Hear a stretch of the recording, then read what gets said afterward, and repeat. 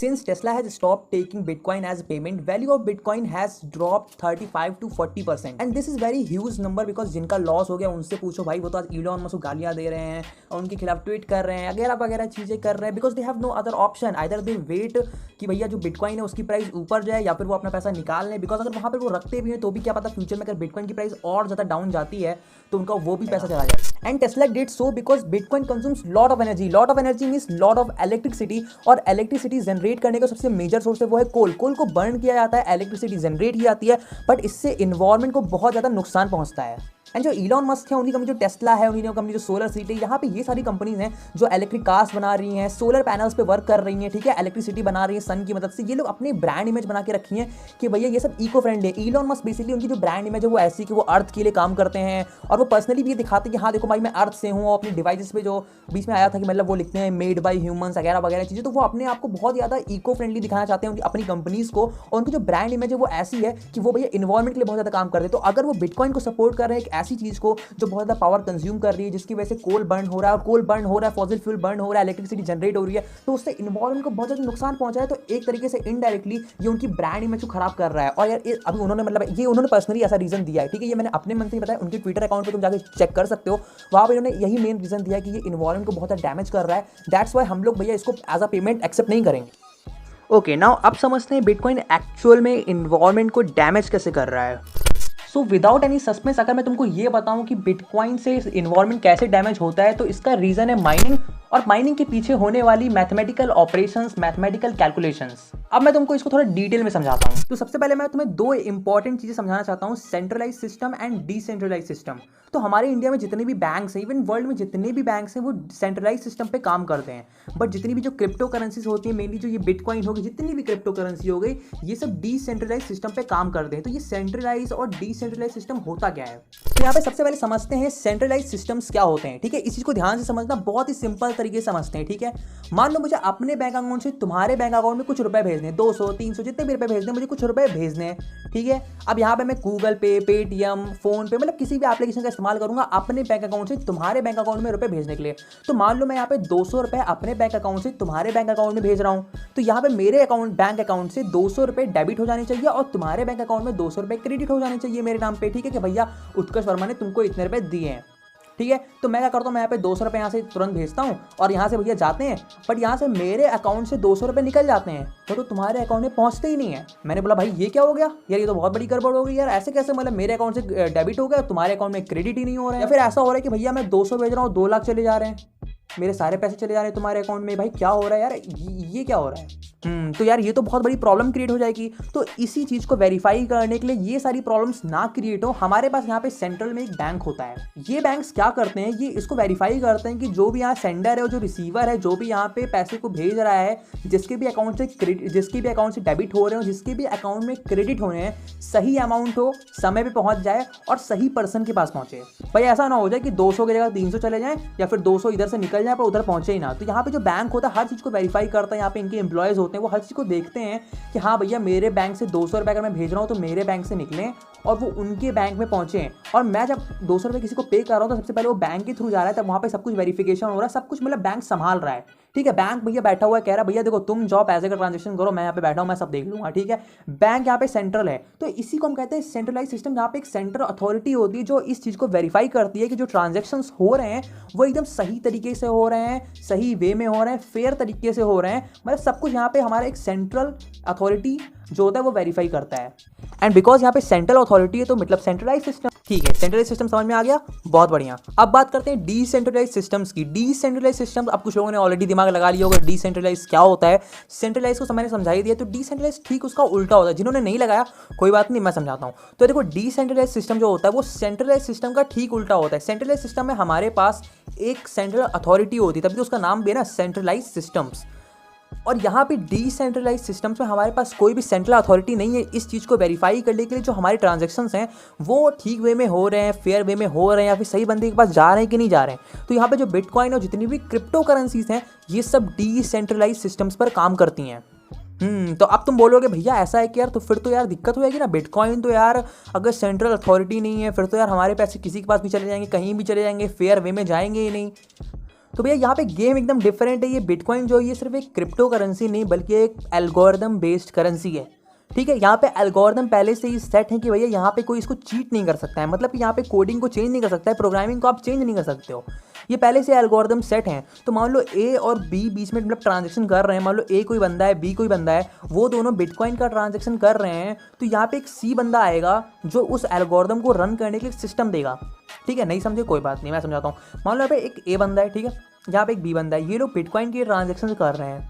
ठीक है, अब ए वाला बी वाले को ठीक तरीके से भेज रहा है और बी वाला सब बीच में सब कुछ ट्रांजेक्शन एकदम सही हो रहा है। ठीक है, लेकिन यहाँ पे मैंने बोला कि ये एक एल्गोरिदम बेस्ड करेंसी, कोई ऐसी करेंसी जो तुम हाथ में पकड़ लो। ठीक है, कोई फिजिकल करेंसी तो है नहीं। ठीक है, ये एक एल्गोरिदम बेस्ड करेंसी कोडिंग से बनी हुई है। तो अब तुमको पता है हर कंप्यूटर प्रोग्राम, तुम्हारी वो ऐप्स जो तुम लोग फ़ोन में इस्तेमाल करते हो, उसके लिए एक सिस्टम चाहिए होता है ना। ऐप ऐसे हाथ में थोड़ी चला लेते हो, तुम्हें एक फ़ोन चाहिए होता है, फ़ोन में रैम प्रोसेस सब कुछ होता है ना, तभी तुम्हारी ऐप रन करते हो। तो जितनी भी कोडिंग से बनी चीज़ें हैं उनको एक सिस्टम चाहिए। तो ये जो तुम्हारी बिटकॉइन है, ये इसका जो एल्गोरिदम है वो रन होने के लिए हमें एक सिस्टम चाहिए। तो ए और बी ट्रांजेक्शन तब कर पाएंगे जब उनके पास एक अच्छे सिस्टम्स होंगे। ठीक है, तो अब ये जो करेंसी है ये क्योंकि एल्गोरिदम पे बेस्ड वर्क करती है, यहाँ पे ब्लॉकचेन टेक्नोलॉजी काम में आती है। ब्लॉकचेन टेक्नोलॉजी में अब मैं तुमको ज़्यादा डेप्थ में नहीं समझाऊंगा। ब्लॉकचेन टेक्नोलॉजी में क्या होता है, ब्लॉक्स होते हैं। ठीक है, और हर एक ब्लॉक के पास अपना एक हैश होता है, हैश कोड होता है, बहुत सारी चीज़। अब तुमको यार ज़्यादा डेप्थ में नहीं समझाऊंगा, बस एक टेक्नोलॉजी ये समझ लो। ठीक है, तो बिटकॉइन का जब ट्रांजेक्शन हो रहा है, तो क्योंकि ये कोई फिजिकल करेंसी है नहीं, तुमने हाथ में उसको बी ए वाला बी को हाथ में जाके दे आएगा। ठीक है, नोट्स तो है नहीं 100 और 200 की, ठीक है, कि हाथ में दे आया। बिटकॉइन है, तो बिटकॉइन का ट्रांजेक्शन करने के लिए यहाँ पे एल्गोरिदम काम करेगा। अब वो एल्गोरिदम हवा में नहीं काम करेगा, उसको कुछ प्रोसेसिंग पावर चाहिए, यानी उसको कुछ प्रोसेसिंग करने के लिए हार्डवेयर चाहिए। वो हार्डवेयर प्रोवाइड करेगा कोई बंदा सी, जिसको हम बोलेंगे माइनर। ठीक है, वो आएगा, वो माइनर MINER। ठीक है, वो माइनर वाला माइनर नहीं, माइनर। ठीक है, इनको हम माइनर्स बोलेंगे। ये आएंगे, इनके पास बहुत ही बड़े बड़े कंप्यूटर्स, बहुत ही बड़े बड़े सिस्टम्स होंगे। ये अपनी बिजली खर्च करेंगे, इनकी सब कुछ अपना सिस्टम यहाँ पे लगाएंगे, और ए और बी, ठीक है, एक दूसरे ट्रांजेक्शन कर पाएंगे एकदम सिक्योर तरीके से। और इस चीज़ को वेरीफाई कर रहा होगा जो हमारा बंदा सी होगा। ठीक है, अब तुम बोलोगे भाई यार ऐसा तो वहाँ पे भी हो रहा था, वहाँ पे बैंक्स थे, बैंक्स वेरीफाई कर रहे थे, तो ये भी तो सेंट्रलाइज सिस्टम हो गया। तो मैं तुमको बता दूँ, दुनिया में एक माइनर नहीं बल्कि दुनिया में लाखों माइनर हैं, करोड़ों माइनर्स हैं। मैंने तुम भी माइनर बन सकते हो, तुम भी हैवी सा सिस्टम ले आओ और बिटकॉइन माइनिंग का सॉफ्टवेयर डाउनलोड कर लो, तुम भी माइन कर सकते हो। लेकिन यहाँ पे ये इतना आसान नहीं है। देखो बेसिकली अब तुम बोलोगे यार कि वो जो माइन कर रहा है उसको क्या मिलेगा, भाई उसका कंप्यूटर लग रहा है, उसकी बिजली लग रही है, क्योंकि जो बिटकॉइन है उसका एल्गोरिदम बहुत हैवी है, बहुत सारी हैवी कैलकुलेशंस हो रही हैं, तो उसके लिए बहुत पावरफुल सिस्टम चाहिए। तो जब ये दोनों एक दूसरे से बिटकॉइन ट्रांजेक्शन कर रहे होंगे, तो उसका छोटा सा अमाउंट एज अ रिवॉर्ड उस माइनर को मिल जाएगा।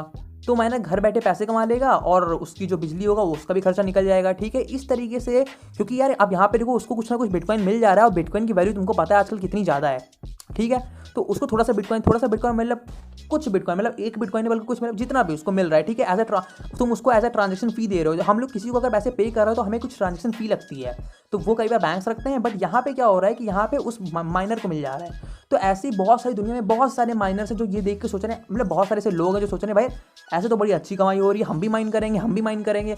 और इस वजह से क्या हो रहा है कि जो वो सिस्टम्स हैं वो बहुत ही, क्योंकि यहाँ पे जो बिटकॉइन का एल्गोरिदम है, क्योंकि वो ऐसे डिज़ाइन, एक तो बिटकॉइन की वैल्यू बहुत ज़्यादा हो गई है, इस वजह से जो उसका एल्गोरिदम है बहुत ज़्यादा कॉम्प्लेक्स हो गया है। उसको उस एल्गोरिदम को सॉल्व करने के लिए, उसकी सारे प्रोसेस को करने के लिए जो सिस्टम है वो बहुत ही हैवी सिस्टम्स लग रहे हैं। हैवी सिस्टम्स यानी कि बहुत ज़्यादा हैवी सिस्टम्स।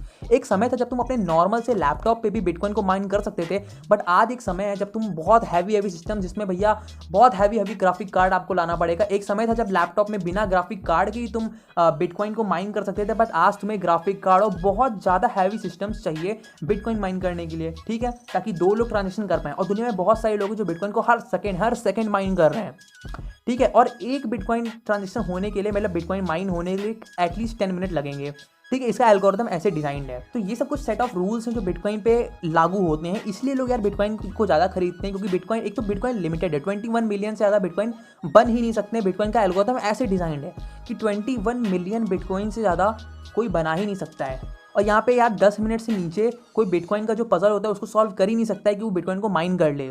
और कई बड़े बड़े लोगों ने यार यहाँ पे इलॉन मस्क जैसे लोगों ने क्योंकि बिटकॉइन में इन्वेस्टमेंट किया है, तो इसलिए बिटकॉइन की जो वैल्यू बहुत ज़्यादा बढ़ गई है, और क्योंकि वैल्यू बहुत ज़्यादा बढ़ गई तो माइनर्स बहुत सारे हैं, तो बहुत सारे कंप्यूटर्स लग रहे हैं, और बहुत सारे कंप्यूटर्स बहुत सारी इलेक्ट्रिसिटी खींच रहे हैं, कंज्यूम कर रहे हैं, और बहुत सारी जो इलेक्ट्रिसिटी कंज्यूम कर रहे हैं वो बहुत सारी इलेक्ट्रिसिटी का जो थर्ड मेजर सोर्स है वो है कोल। कोल को बर्न किया जाता है, उससे इलेक्ट्रिसिटी जनरेट की जाती है, और जब कोल को बर्न करते हैं तो यहाँ से कार्बन बहुत ज़्यादा हमारी इन्वायरमेंट में निकलता है, जो हमारे इन्वायरमेंट को बहुत ज़्यादा डैमेज करता है, जिस वजह से इलॉन मस्क जैसे लोग मतलब इलॉन मस्क ने इतना ज़्यादा बोला था कि भाई बिटकॉइन में लगाओ, और अब वो कह दे जब उनको ये पता चला कि ऐसा ऐसा चीज़ें हो रही हैं तो उन्होंने अपने सारे पैसे अपने निकाले कि नहीं निकाले ये तो नहीं पता, लेकिन उन्होंने बोला कि भैया अब जो है टेस्ला बिटकॉइन को एज अ पेमेंट नहीं लेगा। अब यार देखो उन्हें ऐसा नहीं करना चाहिए था, क्योंकि इससे बहुत लोगों का लॉस हो गया, बट यार अब क्या कर सकते हैं भाई, इतना बड़ा बंदा यार पता नहीं कैसे यार रिसर्च बिना किए यार आके आगे कूद गया था कि भाई करो करो करो।